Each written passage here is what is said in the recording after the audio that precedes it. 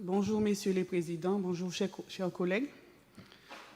Donc, il s'agit effectivement d'une question sur les routes. Monsieur le Président, durant mes déplacements dans les différentes communes de Martinique, j'ai pu constater aux abords des routes la présence d'arbres assez importants pour former des tonnelles au-dessus des voies.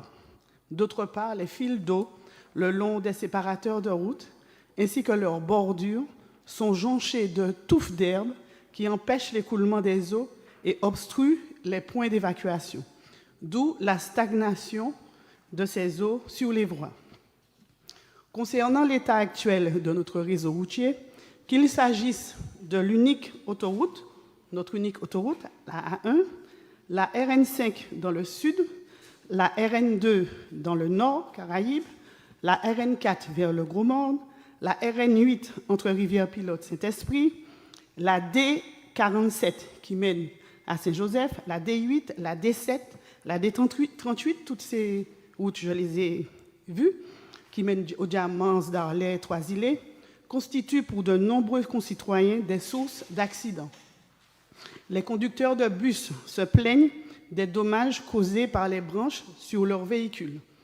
Les risques d'aquaplaning sont redoutés par les automobilistes lors des périodes de pluie, sans compter le peu de visibilité du marquage au sol lors des déplacements de nuit. Monsieur le Président, le Code général des collectivités territoriales prévoit que l'entretien des routes constitue une dépense obligatoire. Ainsi, il revient donc à la collectivité de Martinique d'assurer l'entretien des voies territoriales. Le défaut d'entretien de ces dernières pourrait engager la responsabilité de notre collectivité dans certaines circonstances pour manque ou manquement à ses obligations. Aussi, c'est là ma question, quelles dispositions avez-vous pris pour assurer l'entretien régulier de ces routes sous gestion de la CTM? Merci.